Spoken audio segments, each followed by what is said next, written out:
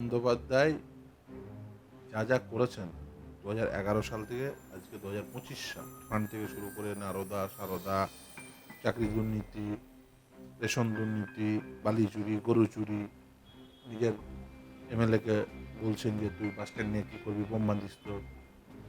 কংগ্রেসের আমলে তৃণমূল কংগ্রেসই সুরক্ষিত না।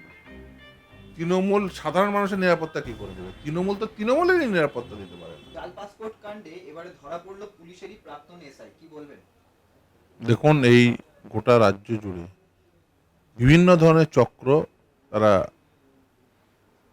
সক্রিয়। সেখান থেকে পরিষ্কার হয়ে যাচ্ছে অন্ততপক্ষে এই সমস্ত দেখে যে যে এই চক্রগুলো যে এখনো সক্রিয় রয়েছে, এটা পরিষ্কার হয়ে যাচ্ছে।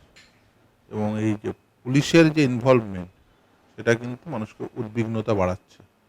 আমি মনে করি এর বিরুদ্ধে সঠিকভাবে আইনানুগ ব্যবস্থা নেওয়া উচিত এবং গোটা রাজ্য জুড়ে যে যে চক্রগুলো সক্রিয় রয়েছে সেই সক্রিয় চক্রগুলোকে ইমিডিয়েট ধরে তাদের বিরুদ্ধে আইনানুগ ব্যবস্থা